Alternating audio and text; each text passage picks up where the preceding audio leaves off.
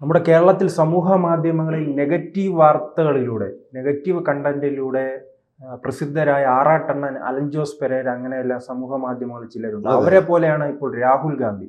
കാരണം ഏതെങ്കിലും കേന്ദ്രമന്ത്രി ഈ വാർത്താ സമ്മേളനം നടത്തുമ്പോൾ അവിടെ നുഴഞ്ഞു കയറി അതിനിടയിൽ നിന്ന് സംസാരിക്കാൻ ശ്രമിക്കുക, അതോടൊപ്പം തന്നെ പാർലമെന്റിൽ ഒരു കോമാളിയെ പോലെ പെരുമാറുക. ഇദ്ദേഹം ഇന്ത്യയുടെ പ്രതിപക്ഷ നേതാവല്ലേ, ലോകത്തിലെ ഏറ്റവും വലിയ ജനാധിപത്യത്തിന്റെ പ്രതിപക്ഷ നേതാവ്. എന്തുകൊണ്ട് ഇങ്ങനെ ചുരുങ്ങി ചുരുങ്ങി നമ്മുടെ രാജ്യത്തിന് തന്നെ അപമാനമായി മാറുന്നു? അല്ലത് വാസ്തവമാണ്. രാഷ്ട്രത്തിനും ഇന്ത്യൻ ജനാധിപത്യത്തിനും അപമാനമാണ് കോൺഗ്രസിൻ്റെ പ്രതിപക്ഷ നേതാവ് ശ്രീ രാഹുൽജി. കാരണം പക്വതക്കുറവെന്ന് പറയാൻ ഒക്കുകയില്ല. കാരണം 55 വയസ്സായ ഒരു മധ്യ വയസ്സെത്തിയ ഒരു ചെറുപ്പക്കാരനാണ്. ലോകരാജ്യ പരിചയങ്ങളുണ്ട്. ഇന്ത്യ രാജ്യത്തിൻ്റെ പരിചയമേ കുറവുള്ളൂ. ചെറുതിലെ വായിൽ സ്വർണ്ണക്കരണ്ടിയായിട്ട് ജനിച്ച് ഓക്സ്ഫോർഡും കാംബ്രിഡ്ജും ഒക്കെ പഠിച്ചു വന്ന പയ്യനാണ്. പക്ഷേ എന്തോ അദ്ദേഹത്തിൻ്റെ ആ പേരപ്പൂപ്പൻ, അമ്മുമ്മ, അച്ഛൻ, ആ പ്രധാനമന്ത്രി ഫാമിലി എന്നുള്ള ആ ഒരു ഇതാണോ അദ്ദേഹത്തിന് അലട്ടണം എന്ന് പറഞ്ഞൂടെ. എപ്പോഴും അധികാരം വേണം, എൻ്റെ പിന്നിൽ സെക്യൂരിറ്റികൾ വേണം എന്നുള്ള അത് അദ്ദേഹത്തിൻ്റെ ആ അപകർഷതാബോധമാണോ പാർലമെൻറ്റിൽ കാണിക്കുന്നത്, ഇത്തരത്തിലുള്ള കേന്ദ്രമന്ത്രിമാരോട് കാണിക്കുന്നത്, എം പിമാരോട് കാണിക്കുന്നതെന്ന് അറിഞ്ഞുകൂടാ. ഒരാഴ്ച മുമ്പായിരുന്നു ഒരു ബിട്ടുവിനെ, അതെ, സഭാ കവാടത്തിലിരുന്ന് ബിട്ടുവിനെ അപമാനിക്കുന്നത്. അതെ അതെ. അപ്പം അതുകൊണ്ടാണ് പൊതുശല്യമായി മാറുക. അതെ, ഒരു എന്താ പറയുക, പബ്ലിക്കിലെ ഒരു ഇതായിട്ട് വന്നിക്കുകയാണ്. അദ്ദേഹത്തിൻ്റെ വർത്തമാനങ്ങൾ മോശമാണ്. എപ്പോഴും വിദേശ രാജ്യങ്ങളിൽ പോയാൽ പ്രധാനമന്ത്രിക്കെതിരെ സംസാരിക്കുകയുള്ളൂ. ഇദ്ദേഹം നമുക്കറിയാം, നമ്മുടെ സോറസ് പ്രധാനമന്ത്രി ഒരു ജനപ്രതിനിധി, അദ്ദേഹത്തെ വിമർശിക്കാം, പക്ഷേ രാജ്യത്തിനെതിരെ, രാജ്യത്തിന് ബുദ്ധിമുട്ടുണ്ടാകുന്ന പ്രതിസന്ധി. നിഷാന്ത് ദുബായ് എന്ന് പറയുന്ന MP അവകാശ ലംഘന നോട്ടീസ് കൊണ്ടുവന്നിരിക്കുകയാണ്. അദ്ദേഹം തന്നെ ജനാധിപത്യ ശ്രീകോവിൽ പറഞ്ഞു, ഇദ്ദേഹത്തിൻ്റെ സോറസ് എന്ന് പറയുന്ന ഫൗണ്ടേഷനുമായിട്ടുള്ള ബന്ധം അന്വേഷിക്കണം. US-ലുള്ള ഒരു സംഘടനയുണ്ട്, അത് വേണ്ടപ്പെട്ട രാജ്യങ്ങളെ അട്ടിമറിക്കുവാനുള്ളൊരു സോറസ് പോലുള്ളവരുടെ വലിയ ഫൗണ്ടേഷനാണ്.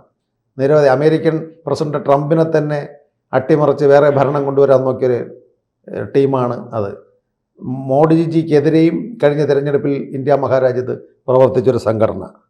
അത് കഴിഞ്ഞിട്ട് US AIDS എന്ന് പറയുന്നൊരു സംഘടനയുണ്ട്. അപ്പോൾ ഇത്തരത്തിലുള്ള സംഘടനകളുമായിട്ടാണ് നമ്മുടെ പ്രതിപക്ഷ നേതാവിന് ബന്ധം.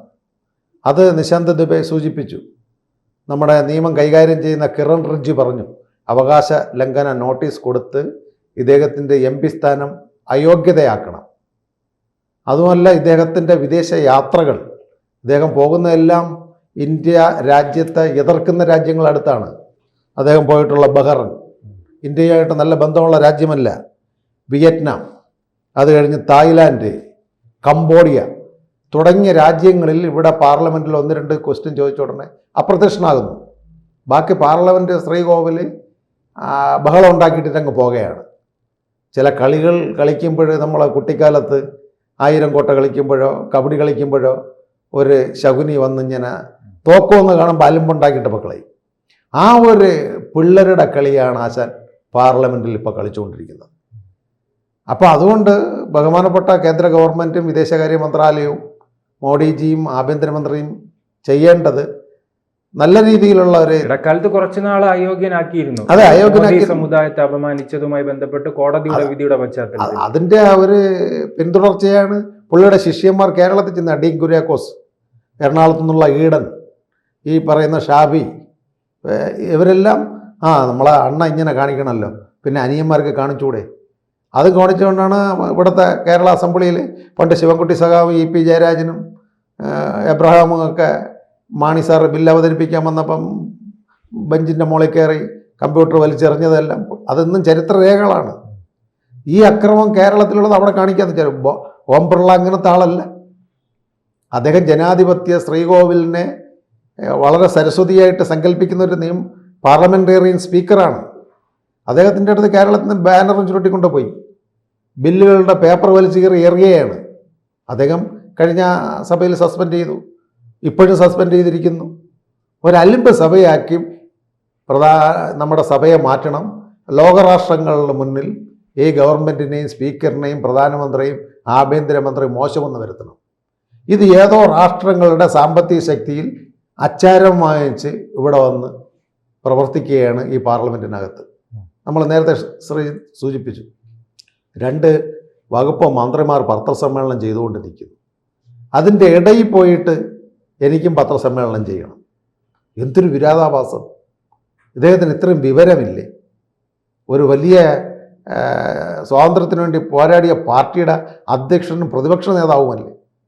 കുറച്ചെങ്കിലും പക്വതയും മാന്യതയും കാണിക്കണ്ടേ? അത് കഴിഞ്ഞിട്ട് കോൺഗ്രസ്സിലുണ്ടായിരുന്നു പഞ്ചാബിലെ അസക്കുകാരനായ മിട്ടു. അദ്ദേഹം പാർലമെൻറ്റിലേക്ക് പടികൾ കയറുവാൻ വരുമ്പോൾ ആക്ഷേപിക്കുക, പണ്ട് എൻ്റെ കൂടെ സഹപ്രവർത്തനായിരുന്ന ചതിയനായ പഞ്ചാബി അതാ പോകുന്നു. അപ്പോൾ സ്നേഹത്തിൻ്റെ കട തുറക്കുകയും ഭരണഘടന ഉയർത്തിക്കാണിക്കുകയും ചെയ്യുന്ന ഈ പ്രതിപക്ഷ നേതാവ് എന്ന് പറയുന്ന ഇയാളുള്ള ദിവസം ഇപ്പോൾ മറ്റുള്ളവർക്ക്, മാന്യമായുള്ളവർക്ക് പാർലമെന്റിൽ കയറാൻ കഴിയാത്ത അവസ്ഥയായില്ലേ? അല്ല, പാർലമെന്റിൽ ഇദ്ദേഹം സംസാരിക്കാൻ ഇദ്ദേഹത്തിന്റെ പുറകെ നമുക്ക് കാണാം. ചിരിയാണ് അദ്ദേഹത്തിന്റെ എം പിമാർ തന്നെ. മറ്റ് സംസ്ഥാനത്തിലുള്ള എം പിമാർ ഇദ്ദേഹം എഴിക്കുമ്പോൾ ചിരി തുടങ്ങുകയാണ്. അപ്പൊ ഇദ്ദേഹം കുറച്ച് പാർലമെന്റിലെ ഒരു കോമാളിയാണ്. നമ്മളെ ഇന്നസെന്റ് ചേട്ടൻ തന്നെ സംസാരിക്കാൻ ഇരിക്കുമ്പോൾ എന്ത് ഭവ്യതയായിരുന്നു. അദ്ദേഹത്തിന് ലാംഗ്വേജ് ഫ്ലുവൻ്റ് ഇല്ല എങ്കിലും അദ്ദേഹം അവിടുത്തെ ആ മണ്ഡലത്തിൻ്റെ പ്രശ്നങ്ങൾ മലയാളത്തിൽ പഠിക്കും. അത് നല്ല രീതിയിൽ ഹിന്ദിയിലോ ഇംഗ്ലീഷിലോ കൈകാര്യം ചെയ്ത് സ്പീക്കറെയും പാർലമെൻ്ററി സെക്രട്ടറിയും ധരിപ്പിക്കും. പക്ഷെ അദ്ദേഹം പോലും ഇരിക്കുമ്പോൾ മലയാളത്തിൻ്റെ ആ സ്ലാങ് കേൾക്കുവാനും അദ്ദേഹം പറയുന്നത് അറിയുവാനും ആകാംക്ഷയാണ്. ഇദ്ദേഹം പാർലമെൻറ്റിൽ സംസാരിക്കുവാനിരിക്കുമ്പോൾ വർത്തമാനങ്ങളാണ് ഇദ്ദേഹത്തിൻ്റെ സഹപ്രവർത്തകർ. എന്നിട്ട് പുള്ളി തിരിഞ്ഞു നിന്ന് തന്നെ പറയും, കൈകൊണ്ടാണിക്കും സമാനമായിട്ടിരിക്കാൻ. എന്നിട്ട് പുള്ളി നേരെ കംബോഡിയയ്ക്ക് വിടയാ, കാനഡയ്ക്ക് വിടയാ, ബഹ്റിനിൽ പോകയാ. എങ്ങനെ മോഡിയെ ചീത്തയാക്കാം, എങ്ങനെ NDA ഗവൺമെൻറ്റിനെ മോശമാക്കാം. അപ്പോൾ അത് പോലും നമ്മുടെ സീനിയർ മോസ്റ്റ് ലീഡറായിട്ടുള്ള KC വേണുഗോപാലിന് അറിഞ്ഞൂടെന്ന് പറഞ്ഞ് അദ്ദേഹം എന്താ പറഞ്ഞിരിക്കുന്നത്? തൂക്കിക്കൊല്ലണമെങ്കിൽ തൂക്കിക്കൊല്ലട്ടെ. അദ്ദേഹം സപ്പോർട്ട് ചെയ്യുകയാണ്. അപ്പോൾ BJPയുടെ ഇന്ത്യയുടെയും കേരളത്തിൻ്റെയും വളർച്ചയ്ക്ക് ശരിക്കും അനുഗ്രഹമായിട്ട് നിൽക്കുന്നത് KC വേണുഗോപാൽ പോലുള്ള ഉപദേശകനാണ്. പണ്ട് അഹമ്മദ് പട്ടേൽ എന്ന് പറയുന്ന ഒരു ഉപദേശകൻ ശ്രീമതി മാഡത്തിന്, സോണിയ മാഡത്തിന് ഉപദേശിക്കാനുണ്ടായിരുന്നു. നമ്മളെ മുരളി സഖാവ് വിളിച്ച് അലുമിനിയം പട്ടേൽ എന്ന് പറഞ്ഞ വ്യക്തി. അപ്പോൾ പുള്ളിക്ക് ഇന്ത്യയുടെ സംസ്ഥാനങ്ങളുടെ കൾച്ചർ അറിയാം, ഇന്ത്യൻ സംസ്ഥാനങ്ങളുടെ ഭാഷാ രീതി അറിയാം, വേഷവിധാനം അറിയാം. നല്ലൊരു കോൺഗ്രസിൻ്റെ പ്രവർത്തകനാണ് ശ്രീ അഹമ്മദ് പട്ടേൽ. അദ്ദേഹമാണ് സോണിയ മാമിൻ്റെ ഉപദേശകൻ. നല്ല രീതിയിൽ ഉപദേശം കൊടുത്തു. ഇന്ന കേരളം ഇന്ന കൾച്ചറാണ്, ഇന്ന ഭക്ഷണ രീതിയാണ്, ഇന്ന വസ്ത്ര രീതിയാണ്. ഇദ്ദേഹം പാർലമെന്റിൽ ഒരു പൊതുശല്യമായിട്ട് ഇന്നലെ ഒരു സർവേ വന്നിട്ടുണ്ട്, മനോരമയുടെ. അതെ, അതിൽ രാഹുൽ ഗാന്ധിയാണ് നമ്പർ 1. അതെ, രാഹുൽ ഗാന്ധിക്ക് 42% വോട്ടും. ആലോചിച്ച് നോക്കണം, കേരളം പോലുള്ള ഒരു സ്റ്റേറ്റിൽ 31% വോട്ട് മനോരമയുടെ സർവേയിൽ യോഗ്യൻ പ്രധാനമന്ത്രിയാവാൻ നരേന്ദ്രമോദിയാണ്. ഇവിടെ വേറെ ഒരു നേതാവും ഇന്ത്യയിലില്ല. അല്ല, പക്ഷേ ഈ കണക്കിൽ മോദി 2ാമതാണെന്നാണ് മനോരമ പറയുന്നത്. കണ്ടു നോക്കൂ, 1ാം സ്ഥാനം നമ്മുടെ രാഹുൽ ഗാന്ധിയാണ്. അതാണ് ആ മനോരമ എന്ന് പറയുന്ന പത്രം തന്നെ ബഡ്ജറ്റിന് എഴുതിയത് ആത്മനിർഭർ ഭാരതിനെ ആമനിർഭർ ഭാരത് എന്നാണ്. അവരുടെ പത്രം തന്നെ കേരളത്തിലെ എഡ്യൂക്കേറ്റഡിൻ്റെ ഇടയിൽ സർവേക്ക് വിട്ടപ്പോൾ കോൺഗ്രസും ഇവിടുത്തെ മനോരമ പ്രസിദ്ധീകരണങ്ങൾ ആരുടെ കൂടെയാണെന്ന് നമുക്കറിയാം. എന്നിട്ടും രാഹുലിന് തൊട്ടടുത്ത് ബഹുമാന്യ നരേന്ദ്രമോദി എത്തിയിരിക്കുന്നു. കേരളത്തിൽ അടുത്ത് വീണ്ടും പ്രധാനമന്ത്രി സർവേയിൽ യോഗ്യൻ നരേന്ദ്രമോദിയാണെന്ന് വന്നിരിക്കുന്നു. രാഹുലിൻ്റെ തൊട്ടടുത്ത് കേരളം പോലുള്ളൊരു സംസ്ഥാനം നരേന്ദ്രമോദിയെ അംഗീകരിച്ച് സർവേയിൽ ഇത്രയും മനോരമ കൊണ്ടുവന്നു എങ്കിൽ ഈ പയ്യൻ്റെ ഈ പോക്ക് ഏത് രീതിയിലുള്ള പോക്കായിരിക്കും എന്നുള്ളത് കോൺഗ്രസ്സുകാർ ഒരു ആത്മപരിശോധന നടത്തണം. ഇന്നും ഞാൻ അതാണ് നേരത്തെ സൂചിപ്പിച്ചത്, അഹമ്മദ് പട്ടേൽ നല്ലൊരു ഉപദേശകനായിരുന്നു സോണിയ മാഡത്തിന്. അവർ വേറെ ആരും നല്ല നല്ല നേതാക്കളുണ്ടായിരുന്നു. നമ്മുടെ ദിഗ്വിജയ് സിംഗ്, അത് കഴിഞ്ഞിട്ട് രമേശ് പോലുള്ള ജയറാം രമേശ് പോലുള്ളവർ, ഇവരൊന്നും പറയുന്ന വകയ്ക്ക് കൊള്ളുന്നില്ല. ഇദ്ദേഹം സാധാരണ പാർലമെൻറ്റ് കൂടുന്നതിന് മുമ്പേ അവരുടെ ഒരു സീനിയർ മോസ്റ്റ് നേതാക്കളെ വിളിച്ച് ഇരിക്കും. എന്തിനേറെ പറയുന്നു, അവരുടെ അധ്യക്ഷനായ ഖാർഗെയെ പോലും ഫ്രണ്ട് നിരയിലിരുത്താതെ, കോൺഗ്രസിൻ്റെ പാർട്ടി പ്രസിഡൻ്റാണ്, അതാണ് ഹൈക്കമാൻഡ് എന്ന് പറയുന്ന പരമോന്നത നീതിപീഠമുള്ള പ്രസിഡന്റ് പോലും പ്രസ്സുകൾ പോലും ചെയ്യണമെങ്കിൽ ബാക്കിൽ കസേരയിൽ ചെന്നിരിക്കാൻ ചൂണ്ടിക്കാണിക്കുന്നത് നമ്മൾ കണ്ടിട്ടുണ്ട്. അപ്പോൾ ഇത്തരത്തിൽ കോൺഗ്രസിൻ്റെ അന്തകനായിട്ട് ശ്രീമാൻ രാഹുൽ മാറിക്കൊണ്ടിരിക്കുന്നു. ശശി തരൂരിനെ പോലുള്ള നല്ല എഴുത്തും വായനയും വിവരമുള്ളവർ ടോപ്പിലേക്ക് കൊണ്ടുവരുന്നില്ല. നമ്മുടെ ഗുലാം നബി ആസാദിനെ പോലുള്ളവർ പാർട്ടി വിട്ടുപോകുന്നു. കപിൽ സിബലിനെ പോലുള്ളവർ പാർട്ടിയിൽ പ്രവർത്തിക്കുന്നില്ല. ശർമ്മയെ പോലുള്ളവർ ഇന്നില്ല. അപ്പോൾ ഇത്തരത്തിലുള്ള സീനിയർ മോസ്റ്റ് ആൾക്കാരും വേണ്ട. രാഹുൽ നേതൃത്വം കൊടുത്ത് കോമാളിയായിട്ട് കോൺഗ്രസ് പ്രവർത്തിച്ചു കൊള്ളാം. ജനാധിപത്യ പ്രക്രിയയിൽ പാർലമെൻറ്റിനകത്ത് വാജ്പേയിയും ശ്രീമതി ഗാന്ധി ഇന്ദിരാഗാന്ധി ഉണ്ടായിരുന്നപ്പോൾ വാദപ്രതിവാദങ്ങളാണ്. അത് ജനാധിപത്യ ശ്രീകോവിലിനകത്തുള്ള ചർച്ചകളാണ്, ഇന്ത്യയുടെ നിലനിൽപ്പിന് വേണ്ടിയുള്ള. പക്ഷെ അത്തരത്തിലുള്ള ക്രിയാത്മകമായ ചർച്ചകളൊന്നും ഇന്ന് കോൺഗ്രസ് ഇരിക്കുന്നില്ല. എല്ലാം വാക്കൗട്ട് നടത്തി പോകുന്നു. കേരളത്തിലും അതാണ് സ്ഥിതി. പിണറായി എന്ത് തോന്നിയാവസവും ഭരിക്കട്ടെ, പക്ഷെ ചർച്ചയിലിരുന്ന് ചർച്ച ചെയ്ത് പരിഹരിക്കു പോണ്ടേ. അതേ കാറ്റാണ് വി ഡി സതീശന് വീശിയിട്ടുള്ളത്. വി ഡി സതീശന് ഇവിടെ എപ്പോഴും വാക്കൗട്ടാണ്. എന്തിനാണ്? ബാക്കിയുള്ള മത തീവ്രവാദികളുടെ അവിടെ പോകണം, കാര്യങ്ങൾ പ്ലാൻ ചെയ്യണം. സഭയിലിരുന്നാൽ നടക്കൂല, സമയം പോകും.